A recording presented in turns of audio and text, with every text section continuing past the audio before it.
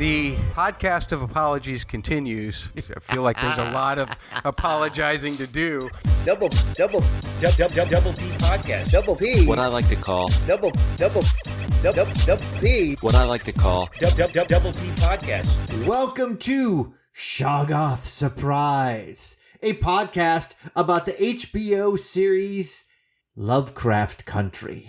We are with the Double P Broadcast Network. We have covered many different shows. My name is Catfish, and joining me once again is a guy who doesn't run so fast because not because his kneecaps were busted, but just because he's been laying around too much. It's Matt. Matt, how you doing tonight? I'm great, Catfish. I am so excited about this series. You know, you and I, we have a history all summer long of watching period pieces that are allegedly have some horror or supernatural to them, and then we end up getting disappointed. So, well, not only that, but Matt, we are watching shows that combine discussions of oppressed peoples of color with fantasy elements. This is the second series we're talking about that. Two middle-aged white dudes talking about... I feel so qualified. I do. Yeah, you are really qualified, as well as so am I. Apparently, so is Matt Ruff, the man who wrote the book, who is himself also of an age of that we are, and is also white. He's written quite a bit different kinds of books. He wrote a fascinating book called Set This House in Order about somebody with multiple personality disorder. That's a fascinating book. He wrote a book that is, I can't even call it urban fantasy.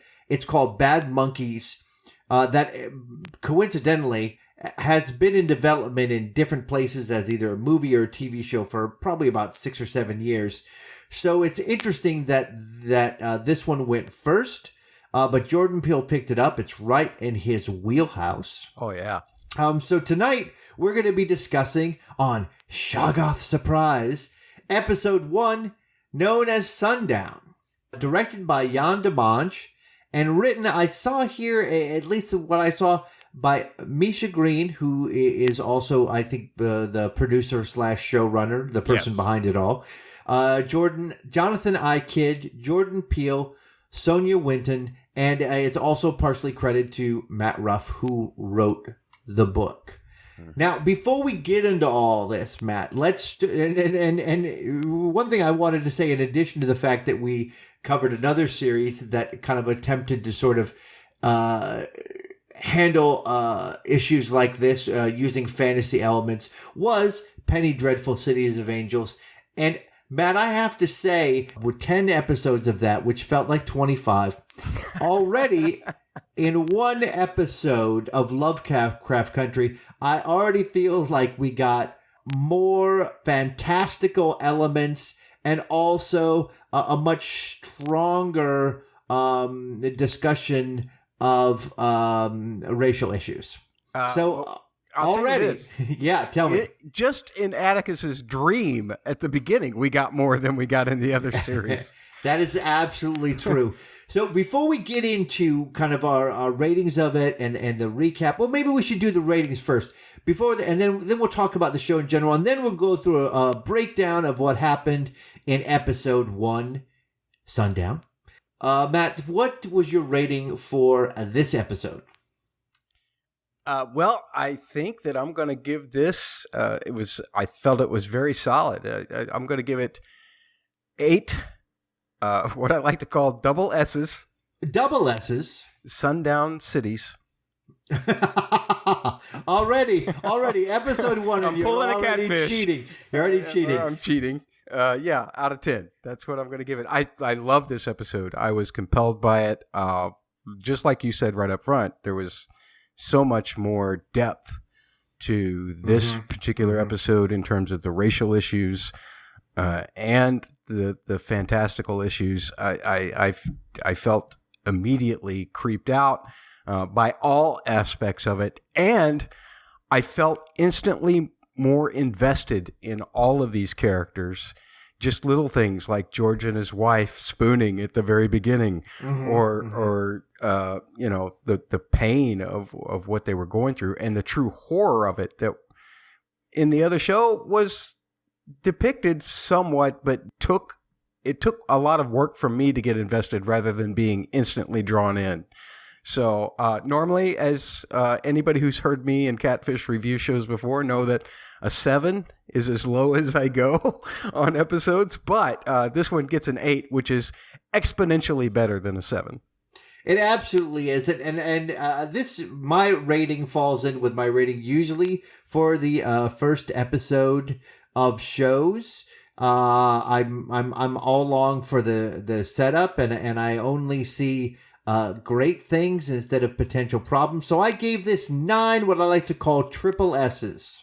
Triple S's? Yeah, semi-scintillating Shoggoths. Or Shoggoths. The only thing that I was a little concerned about was, and again, this is a TV show. They don't have that much money, but I wanted the creatures to look a little bit better than they did. I'm not talking about how horrific they were. They did look horrific, but it was a little too CGI fakey for me. I don't know if they'll be able to improve that. I'm probably a little bit more stringent on that. Catfish, that's interesting that you say that, because you think about where we saw them. The scenery was dark. And right, which is the best way to show something like that. Exactly. That's what I was going to get to, is the fact that, if you don't feel that they're doing a good enough job in this kind of setting, that doesn't bode well for the effects. But I can let that pass as long as I get the sound effects and just the sheer ferocity. That'll be enough for me. Well, I will say this. We make sure that you watch this in a dark room, because most of the action is going to occur in darkness anyway. So I don't think that we're going to need to worry about seeing these guys in the light.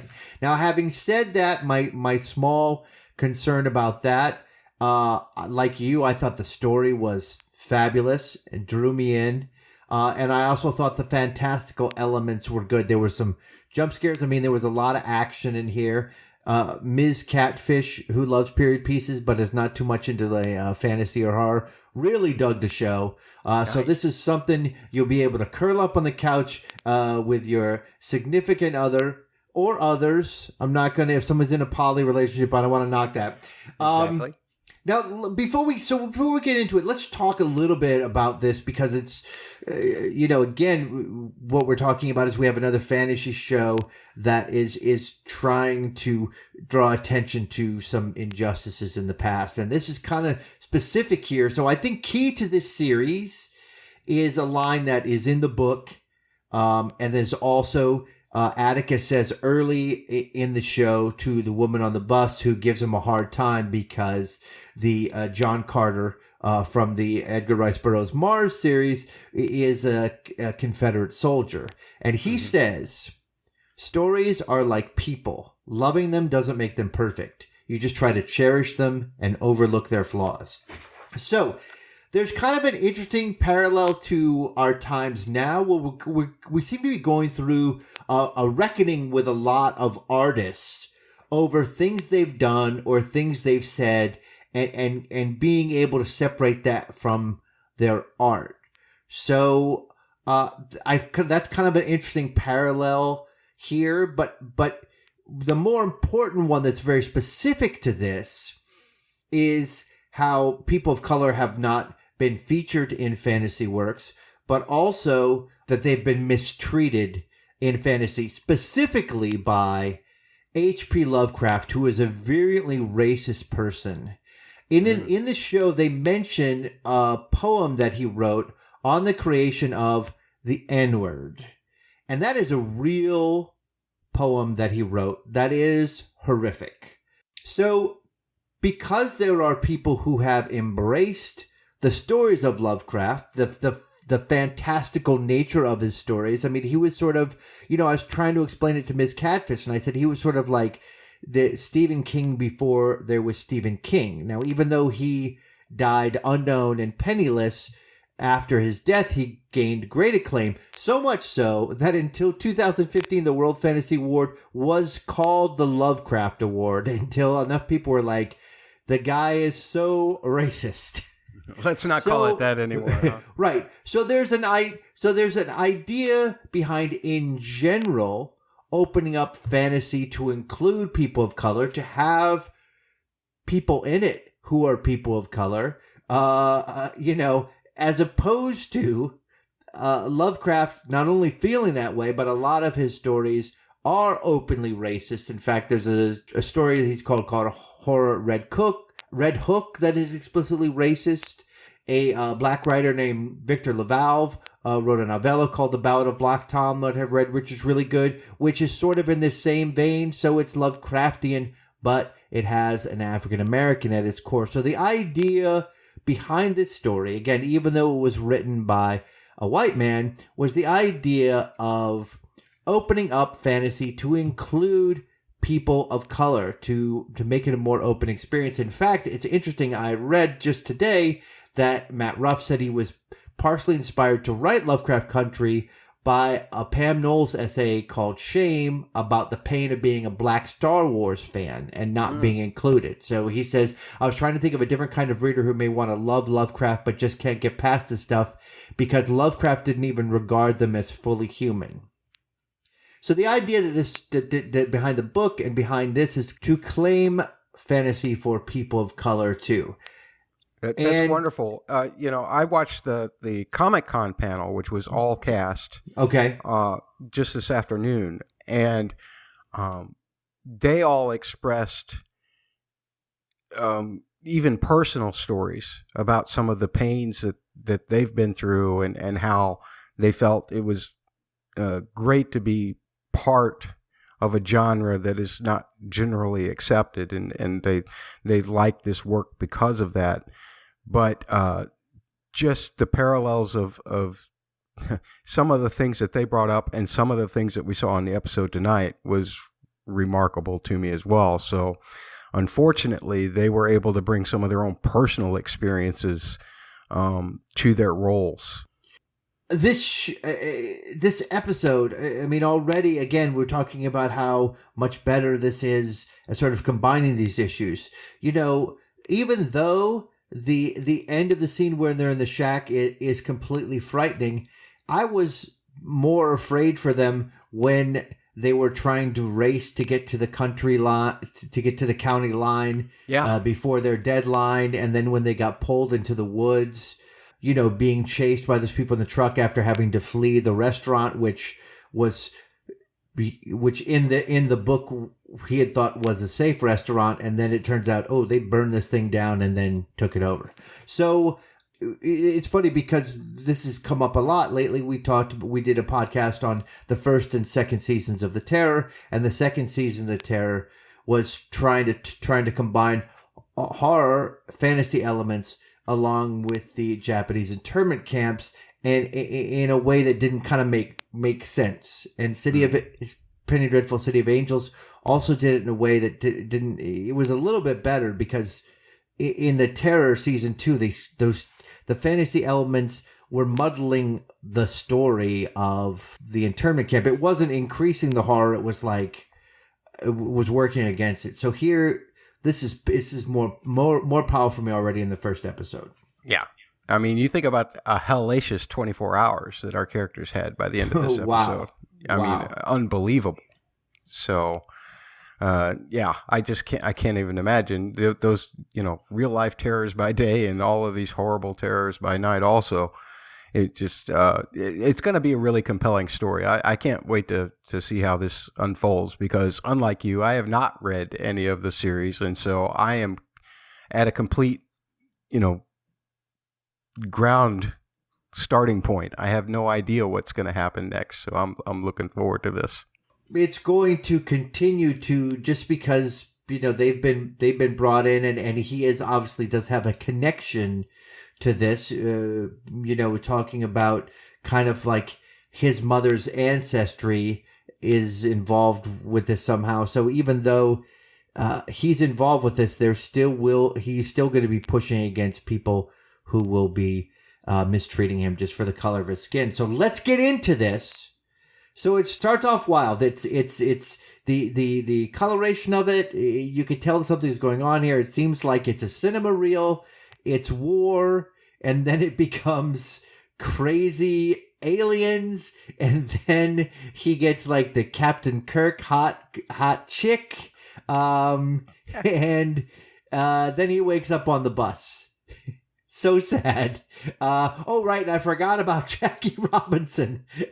So this was a mix, his dream mixed with apparently the plot of Princess of Mars, John Carter novel by Edgar Rice Burroughs. Again, also not a great dude. He's in a bus.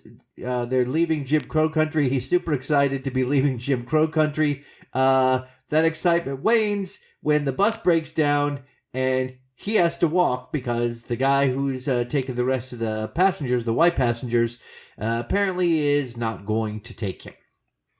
Yeah. There's, I did love him flipping off Kentucky. Sorry, Kentucky. I did like that. We love it. This is where, as I said, those lines that I mentioned at the top, which is going to be the kind of the idea behind what's happening here, as far as loving a story, even with its flaws, and talks about, as I said, who John Carter is. And then he tells her he's going to Chicago because his father's missing. So this is the inciting incident. I kind of want to just step out of this for a second. I kind of didn't understand just from the show whether he was still fighting and somehow the military let him off to come home to try to find his father, or whether he had left the military but still was staying overseas. He does get a call at one point. Or no, he calls at one point. Yeah. He makes a call, and the woman doesn't say much to him except, you shouldn't have gone there. Which, I mean, whether it has anything to do with the fantasy elements or not, probably a smart idea at that time to stay overseas.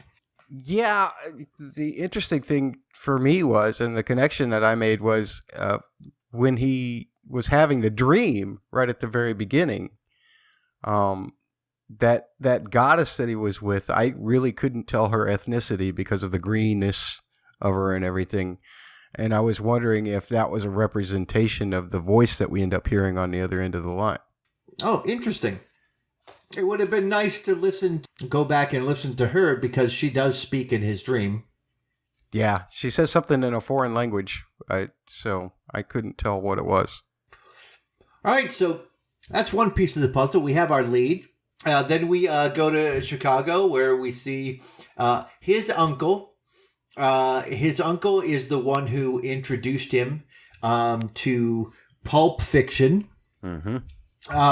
It's funny, being a fan of horror, sci-fi, all this kind of craziness, I was explaining to Ms. Catfish, and she did not know where the term pulp fiction came from. Do you know? Do you know, Matt? Why don't you explain it to our listeners, because I would like to learn as well, sir. Okay, so the magazines and books that were produced really cheap, and these are the magazines and books that were not considered literature. So they had to sell them really cheap. So the fantasy, sci-fi, any of those kind of cheap, sexy, dirty detective books. So in order to sell them cheaply, they printed them on paper that was essentially recycled paper. So it was pulped material that paper was made out of that was cheaper than regular paper. So since it was printed on pulp paper, it was called pulp fiction. Interesting. I did not know that. But Atticus' uncle George has been into this kind of stuff from the beginning. He's more into horror. Atticus himself is more into sci-fi. Now, so we see George and his wife are having a good time. First daytime sex in a while. George runs, now we can use a shorthand. George essentially does a green book for African Americans traveling around, safe places for them to stay and eat, etc. That's essentially his job, is to produce that book. Mm-hmm. Yeah, and I love how his wife even wants to kind of go along and do a run for him, and you can feel his apprehension just as soon as she starts to say something like that. Well, not only that, but just as soon as he said later on, when he calls his wife and says, "I want you to come on the next trip," I was like, "Oh no, George isn't going to make it." Oh, yeah, wow. yeah. I thought that's it. He gone. Their daughter is grossed out by this and then scared because Atticus likes to come in through the kitchen window. Yeah, he does the poor man Santa Claus thing. Yeah, sure. So then later on, George and Atticus are talking in George's shop. Atticus says, I'm back because I got a letter from my dad. It's kind of interesting because, it sounds like people aren't really worried about that. His dad maybe goes off on benders, so people aren't really totally worried about him. Yeah. But Atticus surprisingly has a letter from him. He did not communicate much with Atticus. In fact, later on we find out that basically Atticus's father would go over to his brother George's house and just kind of hang out to wait for George to say something about Atticus. And sometimes George would just be stubborn, and Atticus' father would just wait and wait and wait until he told him something, because he refused to ask about Atticus. But he has sent a letter. Okay, go ahead. I just think that George was doing his brother a solid because he's keeping him out of the bar, right? By keeping him there. That is a good point.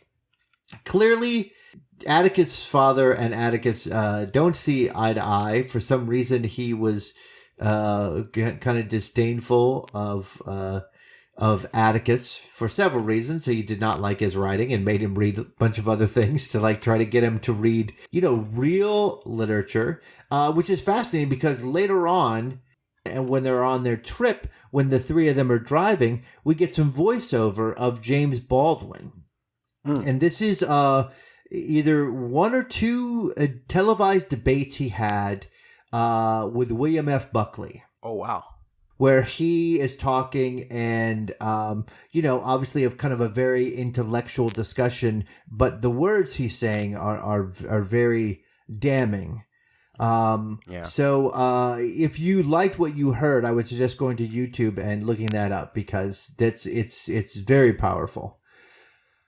All right, so sorry, I keep jumping ahead. So Atticus is still looking for his dad, and he gets told that his dad took off with a white guy, probably a lawyer, because he had a nice car and a suit.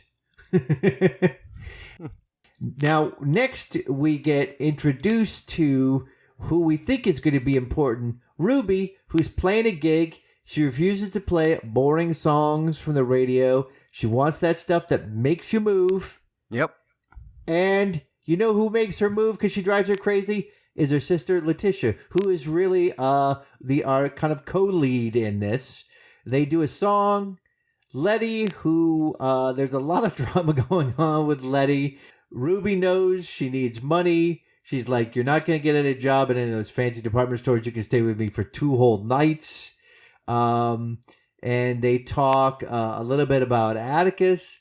Is it here where the first complaint about, I think this is where the first complaint that we hear about Letty not coming back for her mom's funeral. Yeah, her mom's funeral is dropped for sure. I don't think it's really explained until she gets with her brother later. But what a dick! Don't even show up to your mom's funeral. That's Ouch. pretty harsh. Well, then again, when you look at this episode as a whole, I love how it establishes that Atticus comes from a similar relationship with his father that she evidently did with her mother. Well, Letty's got some other stuff going on that we don't hear about really, but it sounds like, we kind of overhear the argument that she's having when the three of them are on the road. And it sounds like she took some money and they expected her to come back for her mom's funeral, but instead she used it to bail some people out, and she's got other stuff going on. So Letty's got more stuff going on than we know about right now. That's true. But in the meantime, George and Atticus figure out that they need to go to Arkham. No, sorry. Arkdom, Massachusetts. George is going to go. Now, here's the thing that is strange. I don't know whether it feels like it was a little bit later, but at some point, George is like, are you really sure you want to go here? Because look where you think Arkham is on the map. I'm showing you another map where there's like death with a scythe right where Arkham is. Is that the stuff that D, is that his cousin, I guess, that she was drawing on those maps? Man, I don't know. I don't know where that came from. All I know is I'm not going. I'm sorry. I don't care if Dad's there or not. I find a map that's got death on it with a scythe. I'm like, good to know. I'm going to leave that out of the book. We're not going. Well, he changes his mind, evidently. He does. So, right. So, what's amazing was I thought to myself here, Matt, well, okay, so how is this whole thing going to happen? I thought it was going to be a little while before we figure out how to get Letty to come along. Nope, we're not going to worry about that at all. They're going the next day, and there's Letty. She's joining them. I was like, okay, all right, this is an easy sell. Letty is going to join them to, I think, he said she's joining us for a little while. I guess to go see her family, which was not happy. Yeah, Marvin was not happy at all. And what's really cool is that George's daughter was writing a series about a dude, but she's like, no, forget the dude. I'm going to write a series about a woman. I love that. So that was totally cool. Yeah, love that. I love how, again, you get instantly invested in this family simply because of how precious this is to George, you know? Right.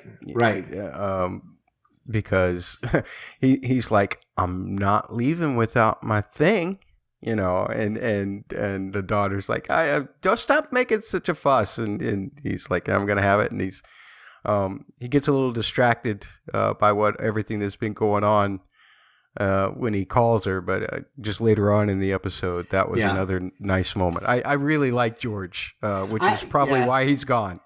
Like you said. I don't know. I don't know how realistic it is. I mean, even if you really into this kind of pulp fiction, I'm not sure it's the kind of thing that you're like, I don't care what anybody says. I'm proud and I won't tell anybody. I feel like it was probably more of a guilty pleasure back then. Like it was maybe even in my youth, but, he's proud of it, and he's proud that his daughter has embraced it too. Obviously, when you dig something, you really want the people in your life to dig and appreciate it too. So he's certainly happy about that. So they hit the road, and that's when we have, the James Baldwin, debate with Buckley, playing over it. Mm-hmm. So they show up at Simmonsville, and oh boy, yeah, here we go. They, I would say this. I mean, I love George. To me, it's like the minute you walk in and everybody reacts that way, I'd be like, you know what? I'm gonna change the entry in the book. Yeah. Well, or maybe he hadn't written about it yet, but he heard. I would say, whatever I heard, it was wrong. Yeah, and obviously they find out that it probably was a friendly place at one time, but that has long since been dispensed with. Right. Well, especially after Letty hears someone say, the young kid say, of course, obviously I didn't serve them, not after what happened to, and I can't remember the exact name, but I was like, okay. And then at the same time, Atticus is, I thought that was very clever. I didn't understand where he was going with the white part, as far as like, why is the White House white? But there we go. And then they bail out of there quick. Letty obviously has taken some defensive driving courses, or maybe it's offensive driving courses. Letty is a demon behind the wheel, man. I don't think I'd let her drive my car, but she saved their lives. She did, but also what saved her lives was our first, I would say, except for the dream sequence, our first thing that seems out of the ordinary. Yeah, the way that car the truck just kind of flipped over that car. Yeah, there was a very, very pricey car that swerved into the truck, so the truck kind of flip over it, and then a woman gets out and looks at them meaningfully. She's like, I'm projecting something to you. It's not clear what it is, but and Atticus says, let's go. And then what's interesting is, I don't know why they do this, but they completely don't mention that part when they get to dinner. When they're at Marvin's house, they're like, how did you get away? Well, it was her driving. That's it? Yep, that was it. Well, do you really want to try and explain that? When you see, they weren't talking about it because Letty was pretty happy with the way the bodies looked and everything. Remember, they were laughing about it a little bit when that scene first opened. Right, but they didn't say some really fancy car drove them, swerved so they could hit them. Well, that's true. That's true. Was that the same car that was outside the bar when Atticus was leaving the bar? I would say somebody who is doing a podcast should know. I feel like it was the same one. I feel like it was the same car that was sitting outside because the bar owner, what was his name, Sammy or whatever, said that they thought it was a really fancy car, and he called it a Ford, but I don't. Was that a Ford? I don't know. I don't know cars well enough to know, but it feels like that was the same car that we saw outside the bar as Atticus was walking away and ended up going to his apartment where he made that call. Well, it would make sense that somebody is running interference for them. It seems to me that someone is trying to draw Atticus towards Artem. For sure. Someone is trying to draw him in.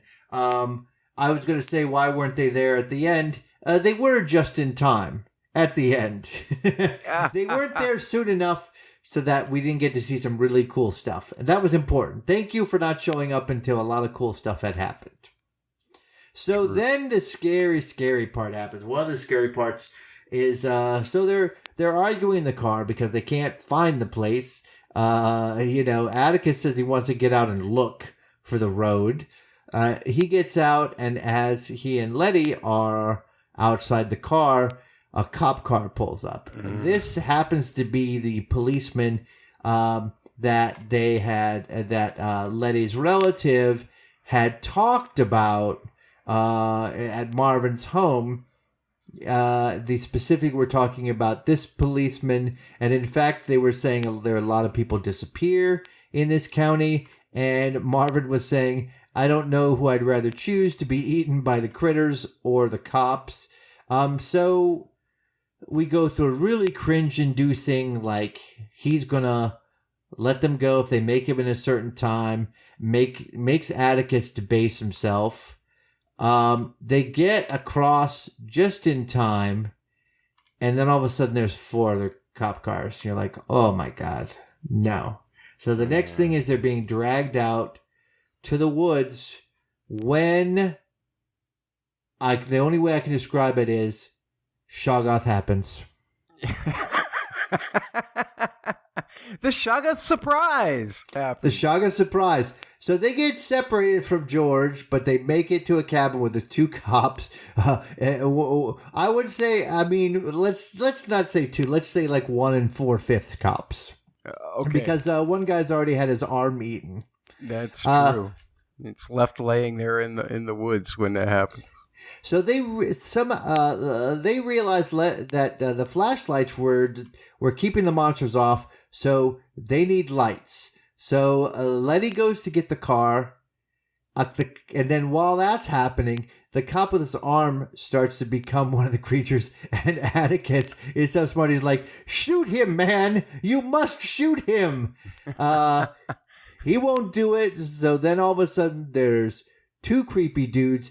The first dude, first he just looks weird and strange, and then he kind of actually transforms into something else, which is awesome.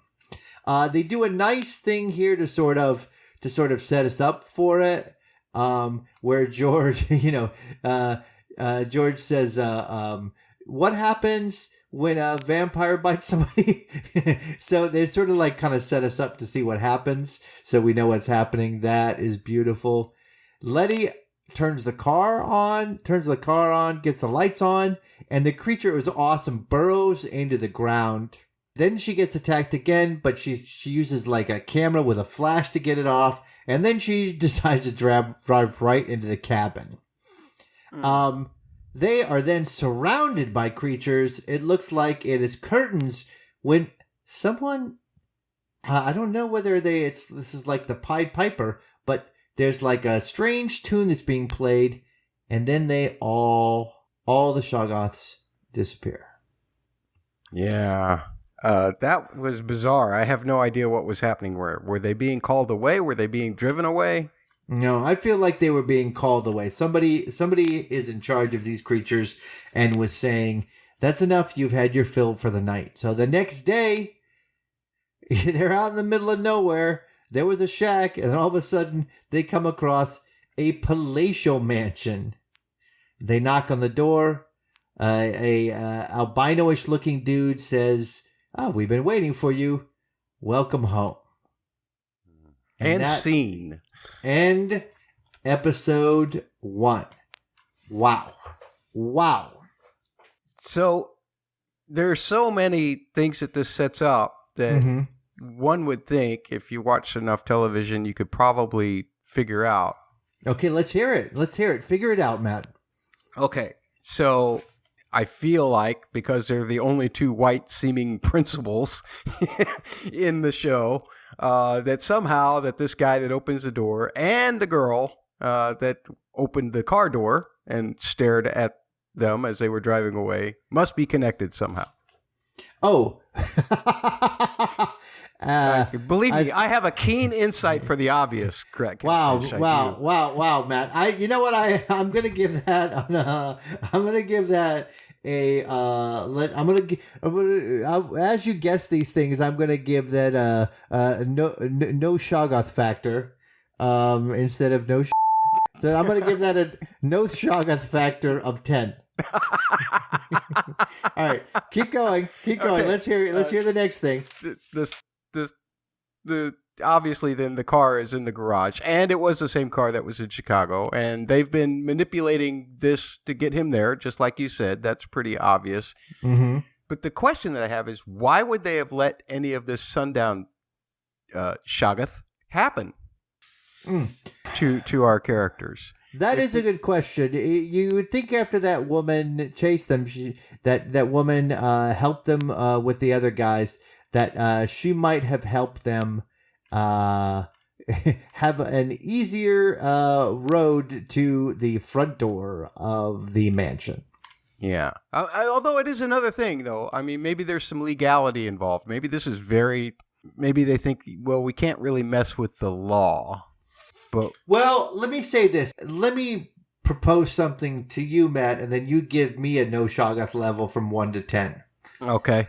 I propose that there are at least 2 different factions at the mansion, and some people want him there, and some people don't. Ooh. Give me the Shoggoth level. The no Shoggoth was from 1 to 10 on that one. Given that I know nothing, I'm still gonna. You know me, I can't give anything lower than a 7. I love it. So I'm gonna give it an 8. No Shoggoth. Oh man, I'm gonna take that as an A. I give myself an A for that. Yeah, it's exponentially better than a 7. So now, Matt, I can't believe we got all the way to this point. I forgot at the big top for us to talk about how people can reach out to us, and the reason for that is this. The reason for that is that what's really important for our podcast is we like to share listener feedback. We like to be told if we're wrong or whether you agree with us. We like you to, most importantly, to leave us a review wherever you get this podcast, whether it's on Stitcher or iTunes, on Spotify. Follow us. Do whatever you can. So, Matt, besides giving us a review, how can they reach out to us to let us know what the feedback is? Well, you need to contact the since this is going on the Double P. Double P. Packed Podcast. Yeah, Podcast Network, right? The home of where you get all kinds of great things like Wind and Caves and what was it called? Ice Cold? Is that the... Yes, Ice Cold, the Terror Podcast. Yeah. Plus, don't forget that there are other branched out podcasts. The original podcast, the Joffrey Podcast, Parsec Passion, which covers The Mandalorian and all things Star Wars. All kinds of great podcasts. But we need your feedback on all of this stuff. So use hashtag Shoggoth Surprise. I love it. We'll put you'll see the spelling in the title of our podcast. So use that hashtag and send your tweets to @double, the letters PHQ. That's @double, the letters PHQ. That's for all things regarding the Double P Media Network. And we would love to hear from you to tell us why we're so terrible at this, or what you think about it that you agree with us with, or anything like that. Also, you can find them on Facebook, facebook.com/doublepHQ. That's the Facebook page. Feedback is always welcome there. Be sure to hit the like button or the follow button on the Facebook. I don't really use Facebook that much anymore, so I don't know how to do that. A long time ago, I did whatever. You do the little check mark so that you get all of the posts regarding this podcast and many other Double P podcasts. Please reach out to us. Tell us why Catfish is wrong. Oh, yeah. I would love to hear why I'm wrong, along with other kind of, please, either, I would say do one of three things. If you could do all three, that would be amazing. Provide some information we haven't provided, say something funny, or run us down and denigrate us. We'll take any one of those three, and again, for all three, that would be amazing. We will always share whatever you say with us, with our listeners, so be forewarned of that. We will definitely repeat any of your hateful things towards us. Yes, and I will say this too. At the end of the season, I will be providing to one of our listeners who commented, left a review. Some lucky listener / commenter will get a Cthulhu Funko Pop. That's right, a Cthulhu Funko Pop. Wow. Yeah. Oh yeah. It's gonna be awesome. Awesome. So the only way you can do that is to give us some feedback, leave a written review, and mention Shoggoth Surprise, either hashtag Shoggoth Surprise, or just mention that that's what you listen to when you leave your written review. And that's how Catfish will enter you into the contest. I love it. Whew. Matt, I'm super excited for the rest of this series. I can't imagine. It's funny because I've seen some really good reviews and seen ones that weren't so great. So I was super happy with the first episode. We covered a lot of ground. We are already at Artem at the end of episode 1. We are not fooling around. Thank goodness for that. Do you worry, Catfish, that there might be, because we got so much in this first episode, that now there might be a lull of establishing some of this other stuff that happens here at Artem? I am a little bit. They've handled everything well so far, so absolutely. I'm always, as I said, always very optimistic at the beginning. But like I said, I already feel like they've done better than the entire first and final season of Penny Dreadful City of Angels. And I couldn't be happier that it was. We will see. You know, in the end, my concern over Penny Dreadful City of Angels was that things were moving so slow because they had a long-term plan. And then you discovered and told me what? It was a 5-year plan. And that's no way. I mean, I understand you and I have talked about it. You're a professional in the industry. A lot of times this is what the template has become. It's like you get picked up because you have at least a 2-season treatment or sometimes even a 3 or more year plan.